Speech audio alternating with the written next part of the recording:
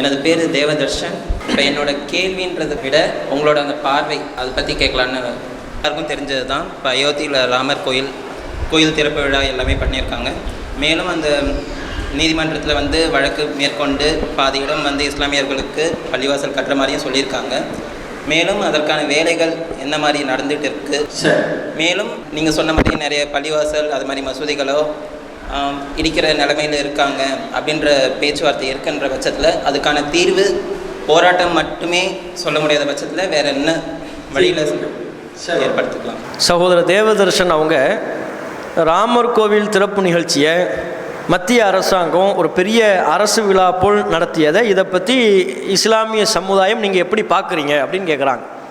எங்கள் நிலைப்பாட்டை நாங்கள் மிக தெளிவாக சொல்லிக்கிறோம். முஸ்லீம்கள் நாங்கள் எந்த வழிபாட்டு தலத்திற்கும் எதிரானவர்கள் கிடையாது. அது கோவிலாக இருக்கலாம், சர்ச்சாக இருக்கலாம், தேவாலயங்களாக இருக்கலாம், பௌத்த மத ஆலயங்களாக இருக்கலாம், எந்த மத வழிபாட்டு தலத்திற்கும் நாங்கள் எதிரானவர்கள் கிடையாது. இஸ்லாமிய மார்க்கம் எங்களுக்கு மிக தெளிவாக கற்றுத்தருகிறது, பிற மனிதர்கள் அல்லாஹவை தவிர்த்தவர்கள் யாரை கடவுளாக கருதி வணங்கி வழிபடுகிறார்களோ அவற்றை ஒருபோதும் நீங்கள் ஏசக்கூடாது, திட்டக்கூடாது. இஸ்லாம் எங்களுக்கு சொல்லுது. குர்ஆனில் ஒரு வார்த்தை அவ்வாறு இருக்கிறது, லா தசுப்புல்லதீன எதுவும் மின் தூனில்லா. அல்லாஹவை அன்றி பிற மதத்தவர்கள் யாரை கடவுள் என்று வணங்கி வழிபடுகிறார்களோ அவங்கள திட்டாதீங்க, திட்டக்கூடாது என்று இஸ்லாம் எங்களுக்கு சொல்லுது. அப்போ திட்டுதல், பிற கடவுள்களை திட்டுதல், அவர்களை வசைப்பாடுதல் என்பது ஒரு முஸ்லீமின் வேலை கிடையாது. பிற வழிபாட்டு தலங்களை குறை காண்பது முஸ்லீமின் வேலை அல்ல. எங்கள் கொள்கை என்ன, எங்கள் நம்பிக்கை என்ன என்று சொல்வது தான் இஸ்லாத்தின் வேலையை தவிர பிற கடவுள்களை திட்டுவது கூடாது. ராமரை நாங்கள் திட்டக்கூடாது, கிருஷ்ணரை நாங்கள் திட்டக்கூடாது. குர்ஆன் படி குர்ஆனை எங்களுக்கு தடை விதித்து விட்டது. குர்ஆன் தடை விதித்து விட்ட ஒரு காரியத்தை எப்படி நாங்கள் செய்ய முடியும்? முருகனை நாங்கள் திட்டக்கூடாது. இன்னும் பிற மதத்தவர்கள் யாரையெல்லாம் கடவுள் என்று வணங்கி வழிபடுகிறார்களோ அவர்களில் யாரையும் திட்டுவதற்கு குர்ஆன் எங்களுக்கு தடை விதித்து விட்டது. ஏசக்கூடாது, மத வெறுப்பை காட்டக்கூடாது. உன் மதத்தை நீ ஒன்னளவில் கடைப்பிடி, நீ 4 பேருக்கு சொல்ல, அவன் விரும்பினா ஏற்கட்டும், விரும்பினால் மறுக்கட்டும். இதுதான் இஸ்லாத்தின் நிலை.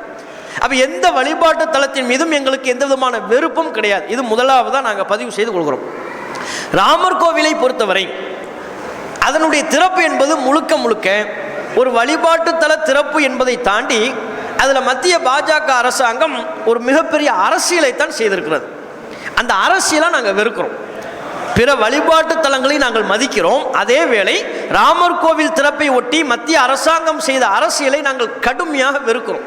இவ்வளவு ஒரு மோசமான அரசியலை செய்யக்கூடாது. ஏன்? கோவில் திறப்பு அதனுடைய வரலாறு நீண்ட கால வரலாறு. 500 வருஷமாக அங்கே பள்ளிவாசல் இருந்துச்சு, அது இடிக்கப்பட்டது. கேட்டால் அதுக்குள்ளே கோயில் இருந்தது என்று சொன்னார்கள். அதை கூட இந்திய மக்கள் எல்லோரும் சொல்லவில்லை, குறிப்பிட்ட ஒரு சாரார் அவர்களின் நம்பிக்கையின்படி சொன்னார்கள். அந்த நம்பிக்கையின்படி நீதிமன்றம் கூட அந்த நிலத்தை அவர்களுக்கு தாரை வார்த்து கொடுத்து விட்டது. பிரச்சனை முடிஞ்சிருச்சு. அவங்க அதில் வழிபாடு கட்டுறாங்க. அந்த வழிபாட்டு தலத்தை கட்டினா அவங்க திறந்துக்கிட்டு போகிறாங்க. இதில் மத்திய அரசாங்கத்துக்கு என்ன ரோலு? இந்திய பிரதமர் அவர் மதச்சார்பற்ற ஒரு அரசினுடைய தலைவர் தானே. பிரதமர்னா அவர் யாருக்கான பிரதமர்? முஸ்லிம்களுக்கும் அவர் தான் பிரதமர், இந்துக்களுக்கும் அவர் தான் பிரதமர், கிறிஸ்தவருக்கும் அவர் தான் பிரதமர். அப்படித்தானே நம்ம அவரை பார்க்கணும். நமது நாட்டின் பிரதமர் என்று தானே நம்ம சொல்கிறோம். நம்ம வாக்கு செலுத்தி வந்தாரா அல்லது இவிஎம்ல மோசடி பண்ணி வந்தாரா, எப்படி வந்தார் அது வேறு. ஆனால் அது நிலை என்ன? நாட்டின் பிரதமர் அவர் தான், முடிஞ்சு போச்சு. இந்த நாட்டில் உள்ள எல்லா மக்களுக்குமான தலைவர் அவர் தான் என்று நம்ம ஆகிவிட்டதற்கு பிறகு ஒரு குறிப்பிட்ட மத விவகாரத்தில், ஒரு குறிப்பிட்ட மத வழிபாட்டு தலத்தினுடைய திறப்பு நிகழ்ச்சியில் ஒரு பிரதமர் போய் பங்கெடுப்பது எந்த விதத்தில் சரி? அது ஒரு அரசு நிகழ்ச்சி போல் ஆக்குவது எந்த விதத்தில் சரி? அப்போ இது சிறுபான்மை சமுதாய மக்களை அச்சுறுத்துவதற்காக செய்யக்கூடிய ஒன்று தானே. நம்ம ஏதோ ஒரு பொய்யா கற்பனையாக சொல்கிறோம்னு நினைக்காதீங்க. நீங்கள் பாருங்கள், ராமர் கோவில் திறப்பை ஒட்டி வட மாநிலங்கள் பல பள்ளிகளுக்கு விடுமுறை, கல்லூரிகளுக்கு விடுமுறை, அரசு அலுவலகம் விடுமுறை, மத்திய அரசு வங்கி விடுமுறை, கிராமப்புற வங்கி விடுமுறை. ஏன் நம்ம பாண்டிச்சேரியில் விடுமுறை கொடுத்தாங்கல்ல, பள்ளி கல்லூரிகளுக்கு விடுமுறை. ஒரு கோவில் திறப்புக்கும் ஒரு அரசாங்கம் பள்ளி கல்லூரிகளுக்கு விடுமுறை அளிப்பதற்கும் என்ன சம்பந்தம் இருக்குது? அது நம்ம மாநிலத்தில் நடக்கக்கூடிய நிகழ்ச்சி கூட இல்லை. அது எங்கோ நடக்கிறது, ஊபியில் நடக்குது. ஊபியில் உள்ள மாநிலம் பல்வேறு அறிவிப்புகளை வெளியிட்டால் அது வேறு. ஊபி மாநிலத்தில் ஒரு கோவில் திறக்கப்படுகிறது, அதை ஒட்டி மத்திய அரசு வங்கி செயல்படாது என்று சொன்னால் பணப்பரிமாற்றம் கிடையாது, வங்கி செயல்படாதுன்னா இது ஏன் வருது? ஊபியில் ஒரு கோவில் திறக்கப்படுவதற்கும் இங்கே ஸ்கூலு காலேஜ் லீவுங்கிறதுக்கும் என்ன சம்பந்தம்? இது அரசியல் இல்லையா? கோவில் திறப்புனா கோவில் திறப்புக்கு என்று பல்வேறு சடங்கு இருக்குது, சம்பிரதாயம் இருக்குது. அவங்க மத வழி சடங்கு சம்பிரதாயங்கள் அவங்க ஃபாலோ பண்ணி செய்வாங்க. அந்த சங்கராச்சாரியர்கள் முன்னின்று செய்ய வேண்டிய சடங்கு சம்பிரதாயங்களுக்கு பதிலாக இந்திய பிரதமர் மோடி உள்ள போறார், யோகி ஆதித்யநாத் உள்ள போறார், கோயிலின் கருவறைக்குள்ளே செல்கிறார்கள். அதற்கே பல சங்கராச்சாரியர்கள் எதிர்ப்பு தெரிவித்தாங்க. நம்ம கோயிலின் சடங்குப்படி சம்பிரதாயப்படி மோடியோ யோகி ஆதித்யநாத்தோ கோவிலின் கருவறைக்குள்ளே செல்லக்கூடாது, செல்வதே மத சடங்கை மீறியது என்று சொன்னார்கள். அப்போ மத சடங்கை மீறி அது கட்டி முடிக்கப்படாத ஒரு கோவிலை திறப்பதற்காக இவர்கள் இவ்வளோ விரைவாக செல்கிறார்கள் என்றால் அதன் பின்னணியில் அருவருப்பான அரசியல் இருக்கிறது. அதை தான் நாங்கள் சொல்கிறோம். அந்த அரசியலை நாங்கள் கண்டிக்கிறோம். இது ஒரு வழிபாட்டு தலத்தை வைத்துக்கொண்டு, ராமர் பெயரை வைத்துக்கொண்டு, கோவில் பெயரை வைத்துக்கொண்டு நீங்கள் அரசியல் பண்ணாதீங்க. மக்களெல்லாம் வழிபடக்கூடிய ஒரு இடமா கோவிலை பார்க்குறாங்க. ஆனால் பாஜக அரசாங்கம் அதை வழிபடுவதற்குரிய இடமாக பார்க்காம அரசியல் பெறுவதற்குரிய ஒரு ஆதாயமாக பார்க்குறாங்க. சிறுபான்மை சமுதாய மக்களை நசுக்குவதற்குரிய ஒரு ஆயுதமாக பார்க்குறாங்க. அதை நாங்கள் தப்புங்கிறோம். கோவில் திறப்புக்கும் இத்தனை கலைபரங்களுக்கும் என்னங்க சம்பந்தம்? இதே நான் கேட்குறேன். இந்த நாட்டில் எத்தனையோ கோவில்கள் திறக்கப்பட்டிருக்கிறது, எத்தனையோ வழிபாட்டு தலங்கள் திறக்கப்பட்டிருக்கிறது. ஒரு சர்ச்சு திறந்ததற்கு, கிறிஸ்தவ மத ஆலயம் திறந்ததற்கு மத்திய அரசு இவ்வளோ விடுமுறை கொடுத்துருக்குறீங்களா? வங்கிகள் விடுமுறைன்னு சொல்லியிருக்கிறீங்களா? பிணத்தை கூட எரிக்கக்கூடாதுட்டாங்க. அங்கே கோவிலை திறக்கிறதுக்கு நம்ம வீட்டில் ஒரு சாவு விழுந்து அதை கூட எரிக்கக்கூடாது. அந்த நேரத்தில் அவங்க கோயில் திறக்கிற நேரத்தில் நம்ம பிணத்தை எரிக்கக்கூடாது. கோயில் திறக்கிற நேரத்தில் எந்த விதமான எரிப்பும் நடைபெறக்கூடாது. என்ன இது ஒரு விஷயம்? இது எப்படி இந்திய மக்கள் இதை சகித்து கொண்டிருக்கிறார்களே தெரியல. ஒரு சர்ச்சை திறப்பதற்கு இப்படியான விடுமுறை அளிக்கப்பட்டிருக்கிறதா? ஒரு மசூதியை திறப்பதற்கு இப்படியான சலுகைகள் அறிவிக்கப்பட்டிருக்கிறதா? அப்போ மதச்சார்பற்ற அரசாக இயங்க வேண்டிய ஒரு அரசு தனக்கு ஒரு மதச்சாயத்தை பூசிக்கொண்டு அதில் அரசியல் ஆதாயம் தேட முயல்கிறது. இதை நாங்கள் தப்புங்க. அதுபோக பாபர் மஸ்ஜித் விவகாரத்தில் எங்களுக்கு இழைக்கப்பட்ட அநியாயங்களை நாங்கள் மறக்கலை. அதில் எங்களுக்கு பல்வேறு அநியாயங்கள், இப்போ அது ஒரு கோவிலாக ஆகிவிட்டது. அவங்க மதத்தை சார்ந்தவங்க, அவங்க நம்பிக்கையில் உள்ளவங்க வழிபடுறாங்க, அது வேறு. ஆனால் அதில் எங்களுக்கு துரோகம் இழைக்கப்பட்டிருக்கிறது. அதில் எங்களுக்கு பல்வேறு விதமான வஞ்சகம் இழைக்கப்பட்டிருக்கிறது. என்ன சொன்னாங்க? கீழே கோவில் இருந்தது, அதை இடிச்சிட்டு தான் இவங்க பள்ளிவாசலை கட்டினாங்கன்னாங்க. உச்சநீதிமன்றம் வரையிலையும் போச்சு. உச்சநீதிமன்றம் அந்த கருத்தை உறுதி செய்ததா? கீழே கோவில் இருந்ததற்கான எந்த சான்றும் இல்லை என்று தெளிவாக சொன்னாங்க. உச்சநீதிமன்ற தீர்ப்பிலே இருக்கு. கோவிலை இடித்து தான் பள்ளிவாசல் கட்டப்பட்டது என்பதற்கு சான்று இல்லை. ஆனால் மக்கள் அப்படி நம்புகிறாங்க. அவங்க கடவுளாக நம்பக்கூடிய ராமர் அங்கே தான் பிறந்தார் என்று குறிப்பிட்ட ஒரு சாரார் நம்புகிறாங்க. நம்பிக்கையின்படி தீர்ப்பளிக்க முடியாது என்று சொன்னார்கள். ஆனால் நம்பிக்கையின்படி தான் தீர்ப்பு அளித்தார்கள். அது ஒரு கோவிலை இடித்து தான் பள்ளிவாசல் கட்டப்பட்டது என்பதற்கு எந்த சான்றும் கிடையாது. என்னது தொல்லியல் துறை என்ன சொன்னது தெரியுமா? தோண்டி பார்த்துட்டு கீழே கோவில் இருந்ததுன்னு சொல்லாமல் கீழே பள்ளிவாசல் இல்லைன்னாங்க. கீழே பள்ளிவாசல் இருந்ததுக்கு எந்த சான்றும் இல்லை. நாங்கள் என்ன பள்ளிவாசல் கட்டும்போது கீழே ஒரு பள்ளிவாசலை கட்ட முடியும்? நாங்கள் மேலே தானங்க பள்ளிவாசல் கட்ட முடியும். இவர்கள் தோண்டி பார்ப்பார்கள், எங்கே பார்த்தாலும் கடப்பாறையோடு அலைவார்கள் தெரிஞ்சால் இனி நாங்கள் எப்படி தான் பண்ணணும்? இந்தியாவில் எங்கே பள்ளிவாசல் கட்டினாலும் கீழே ஒரு பள்ளிவாசலை கட்டிட்டு அதுக்கப்புறம் மேலே நாங்கள் ஒரு பள்ளிவாசல் கட்டணும். எப்படி ஒரு நிலையை உண்டாக்குறாங்க? ஒரு வாதத்துக்கு நான் கேட்குறேன், ஒரு வாதத்திற்கு, ஒரு பேச்சுக்கு, இல்லை அங்கே கோவில் தான் இருந்துச்சு, அந்த கோவிலை இடித்து தான் இவங்க பள்ளிவாசலை கட்டினாங்க, உண்மையாகவே இருக்கட்டும், ஒரு வாதத்துக்கு அதுக்கு எந்த விதமான வரலாற்று சான்றும் இல்லை, எந்த ஆவண சான்றும் இல்லை. சில பேர் தங்களுடைய நம்பிக்கை என்று சொல்லிக்கொள்வதை தவிர, அந்த பகுதி மக்கள் தங்கள் நம்பிக்கை என்று சொல்லிக்கொள்வதை தவிர வேறு எந்த சான்றும் இல்லை. நம்பிக்கை என்றால் கூட நம்பிக்கையின்படி சட்டத்தில் தீர்ப்பளிக்க கூடாது. தீர்ப்பளிச்சிட்டாங்க, முடிஞ்சு போச்சு, அதை விட்டுருவோம். இப்போ என்ன, ஒரு வாதத்திற்கு அங்கே ஒரு 500, 600, 700 வருஷத்துக்கு முன்னால் ஒரு கோவில் இருந்துச்சுன்னே வைப்போம். அதை இடித்து தான் பள்ளிவாசல் கட்டப்பட்டுச்சுன்னே வைப்போம். ஒரு வாதத்துக்கு இடிச்சிட்டாங்க, அங்கே அப்போ உள்ள மன்னர்கள் இடிச்சிட்டாங்க. அதுக்கு முஸ்லீம்கள் நாங்களா பொறுப்பு? இப்போ உள்ள முஸ்லீம்கள் மேலே அதுக்கு பழி சுமத்த போகிறீங்களா? இப்போ உள்ள முஸ்லீம்கள் அதனுடைய பழியை சுமக்கணுமா? 600 வருஷத்துக்கு முன்னால் ஒரு வழிபாட்டு தலத்தை இடித்து இப்போ ஒரு 500 வருஷமாக அது பள்ளிவாசலாக இருந்ததுனால 600 வருஷத்துக்கு முன்னால் அது எப்படி கோவிலாக இருந்ததோ அப்படித்தான் நாங்கள் மீண்டும் அதை கோவிலாக மாற்றுவோம். ஆகவே இந்த பள்ளிவாசலை இடிங்கன்னு சொல்வது நியாயமா? 600 வருஷத்துக்கு முன்னால் ஒவ்வொரு வழிபாட்டு தலமும் எப்படி இருந்ததுன்னு இப்போ போய் நம்ம தேடணுமா? இந்தியா முழுக்க வட மாநிலங்கள்லையும் தமிழ்நாட்டிலையும் பாண்டிச்சேரிலையும் இப்போ என்ன தேடணும்? ஒரு வழிபாட்டு தலம் இப்போ எப்படி இருக்குது இதை பார்க்காத, 600 வருஷத்துக்கு முன்னால் எப்படி இருந்துச்சு அதைத்தான் நம்ம பார்க்கணுமா?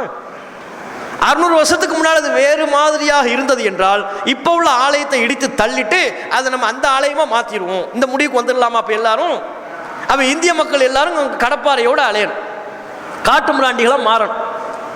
ஏன் நீங்கள் இப்போ தமிழ்நாட்டில் பாருங்கள், எத்தனையோ பல கோவில்கள் 500 வருடங்களுக்கு முன்பு, 600 வருடங்களுக்கு முன்பு அது பௌத்த மத விகாரிகளாக இருந்தது, பௌத்த மதத்தினுடைய வழிபாட்டு தலங்கள் இருந்தது, ஜைன மதத்தினுடைய வழிபாட்டு தலங்கள் இருந்தது. அவை இடிக்கப்பட்டு தான் கோவில்களாக மாற்றப்பட்டிருக்கிறது. காஞ்சிபுரத்தில் பல கோவில்கள் இன்றைக்கு அவைகள் கோவில்களாக இருக்கிறது. இதற்கு முன்பு பல நூறு ஆண்டுகளுக்கு முன்பு அவை பௌத்த மத விகாரைகளாக, பௌத்த மத வழிபாட்டு தலங்களாக இருந்தது. சென்னையில் பல்வேறு கோவில்கள் ஜெயின மதத்தினுடைய வழிபாட்டு தலங்களாக இருந்தவை இடிக்கப்பட்டு இன்னைக்கு கோவிலாக மாறி இருக்கு. இதெல்லாம் 600 வருஷத்துக்கு 1000 வருஷத்துக்கு முந்தைய கதை. வரலாற்று சான்று இருக்குது. நம்ம சுயமாக சொல்லக்கூடிய தகவல் கூட இல்லை, வரலாற்று சான்று இருக்குது. இப்போ நம்ம அதையெல்லாம் என்ன பண்ணுவோம், இடிச்சிருவோமா?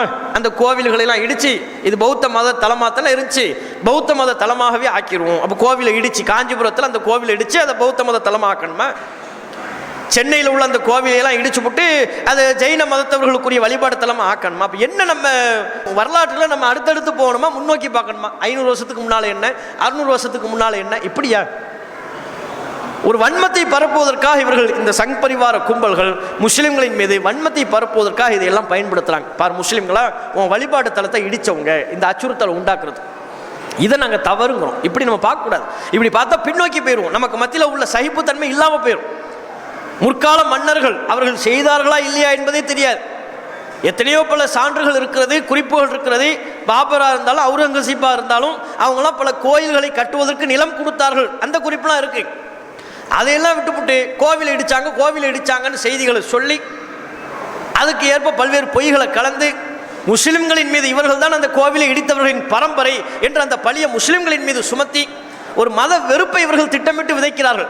தேர்தல் வரும்போதெல்லாம் ராமரையும் வழிபாட்டு தலத்தையும் இவர்கள் இழுப்பதற்கு என்ன காரணம்? எப்பெல்லாம் தேர்தல் நெருங்குதோ அப்போ மட்டும்தான் ராமர் கோவில், எப்பெல்லாம் தேர்தல் வருதோ அப்போ மட்டும்தான் முஸ்லிம்கள் விவகாரம். தேர்தல் அல்லாத மற்ற நேரங்களில் ஏதாவது சொல்ல முடியுதா? இப்போ இந்திய மக்கள் ராமர் கோவிலை கேட்டாங்களா?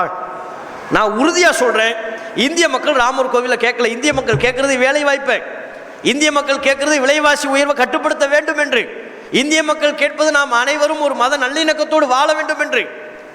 நம்ம கேட்கறதெல்லாம் விட்டுவிட்டு இவங்க கேட்காத மத வெறுப்பை விதைத்து கொண்டிருக்கிறார்கள். ராமர் கோவில் கட்டியாச்சு, இப்போ இந்திய மக்களுடைய எல்லா பிரச்சனையும் முடிஞ்சிருச்சா? அதையாவது சொல்லுங்கள். எல்லா பிரச்சனையும் முடிஞ்சிருச்சா? இவங்க இந்த 10 ஆண்டு கால ஆட்சியில் முஸ்லிம்களை மையப்படுத்தி அரசியல் செய்ததை தவிர்த்து என்ன சாதனை பண்ணாங்க?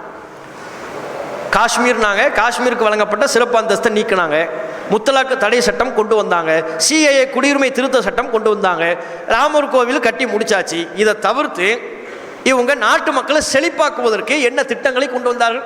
500,000 செல்லாதுன்னு அறிவித்தாங்க, அதனால் எவ்வளோ இழப்பு. ஜிஎஸ்டி வரி விதிப்பை கொண்டு வந்தாங்க, எவ்வளோ வியாபாரி அதோட படுத்துட்டான். அன்னைக்கு படுத்தவன் இன்னைக்கு வரையும் எழுந்திருக்கல. அப்போ நம்ம என்ன கேட்குறோம்? மத வெறுப்பை வச்சு அரசு யாராக இருந்தாலும், காங்கிரஸாக இருந்தாலும் பிஜேபியாக இருந்தாலும் டிஎம்கேவாக இருந்தாலும் ஏடிஎம்கேவாக இருந்தாலும் எங்களுக்கு எந்த கட்சியும் எங்களுக்கு நெருக்கமானவர்கள் நாங்கள் சொல்லவே மாட்டோம். நாங்கள் எல்லாரையும் சம தூரத்தில் வச்சு தான் பார்க்கணும். அனைவருக்கும் நாங்கள் வேண்டுகோளை வைப்பது என்ன? மத அரசியல் பண்ணாதீங்க. முஸ்லிம்களுக்கு மத்தியில் இந்துக்களுக்கு மத்தியில் வெறுப்பை உண்டாக்கி அரசியல் பண்ணாதீங்க. ஒரு கடவுளை வைத்துக்கொண்டு அரசியல் பண்ணாதீங்க. ஒரு வழிபாட்டு தலத்தை வைத்து அரசியல் பண்ணாதீங்க. உங்கள் சித்தாந்தங்களை சொல்லி அரசியல் பண்ணுங்க. உங்கள் கருத்துக்களை சொல்லி நாட்டு மக்களை வளர்ச்சியை நோக்கி அழைத்து செல்லக்கூடிய விதமாக அரசியல் பண்ணுங்கிறோம். அப்போ இவர்கள் ராமர் கோவிலை வழிபாட்டு தலமாக பார்க்காம அரசியல் செய்வதற்குரிய கருவியாக பார்க்கிறார்கள். அதை நாங்கள் எதிர்க்கிறோம். 2வது கேட்டாங்க, இன்னும் பல பள்ளிவாசல்கள் எல்லாம் குடி வச்சிருக்கிறதா சொல்கிறீங்களே, அதை காப்பதற்கு என்ன செய்கிறது? சட்ட போராட்டம் தான், அதை தாண்டி எங்களுக்கு வேறு என்ன? நாங்கள் சட்டங்களின் மீது நம்பிக்கை வச்சுருக்கிறோம். முஸ்லீம்கள் சகிப்புத்தன்மை உள்ளவர்களாக இருக்கிறோம். இத்தனைக்கும் சட்டத்தில் மிக தெளிவாக இருக்கிறது. 1991 வழிபாட்டுத்தல பாதுகாப்பு சட்டம்னு ஒன்று இருக்குது. பாபர் மஸ்ஜித் பிரச்சனை உருவான பொழுதே இந்த சட்டத்தை கொண்டு வந்து விட்டார்கள். வழிபாட்டுத்தல பாதுகாப்பு சட்டத்தின்படி 1991 அந்த ஆக்ட் படி இந்தியா சுதந்திரம் பெறுகின்ற பொழுது எந்தெந்த வழிபாட்டு தலங்கள் எப்படி இருந்ததோ அப்படியே தொடரும். இனிமே யாரும் எந்த கோவிலையும் எந்த மசூதியையும் எந்த சர்ச்சையும் குறிவைக்கக்கூடாது. இது எங்கள் வழிபாட்டு தலத்தை இடித்து தான் இந்த பள்ளிவாசல் கட்டப்பட்டிருக்குன்னு ஒரு முஸ்லீம் சொல்லக்கூடாது. ஒரு எங்கள் வழிபாட்டு தலத்தை இடித்து தான் கோவில் கட்டப்பட்டிருக்கிறது ஒரு இந்து சொல்லக்கூடாது. எங்கள் வழிபாட்டு தலத்தை இடித்து தான் இந்த ஆலயம் கட்டப்பட்டிருக்கிறது கிறிஸ்துவும் சொல்லக்கூடாது. யாருமே சொல்லக்கூடாது. அந்தந்த வழிபாட்டு தலம் அப்படியே தொடரும்.